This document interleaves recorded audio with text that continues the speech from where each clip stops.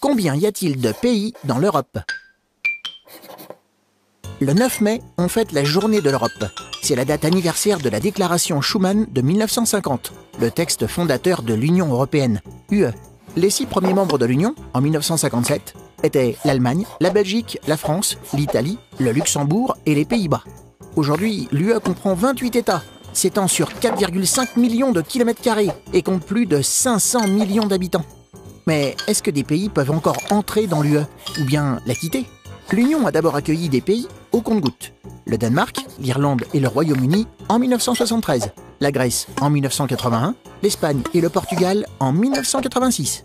En 1991, l'URSS, un bloc de pays groupés autour de la Russie communiste, est dissoute. L'UE, qui compte alors 15 membres, s'élargit brusquement en 2004 avec 10 nouveaux États. Depuis, seuls 3 autres pays ont rejoint l'UE, la Bulgarie, la Roumanie et enfin la Croatie en 2013. Mais certains pourraient aussi quitter l'UE. La Grèce, par exemple, a été au bord du départ suite à la crise financière. Et le 23 juin prochain, le Royaume-Uni doit voter pour ou contre son maintien dans l'UE.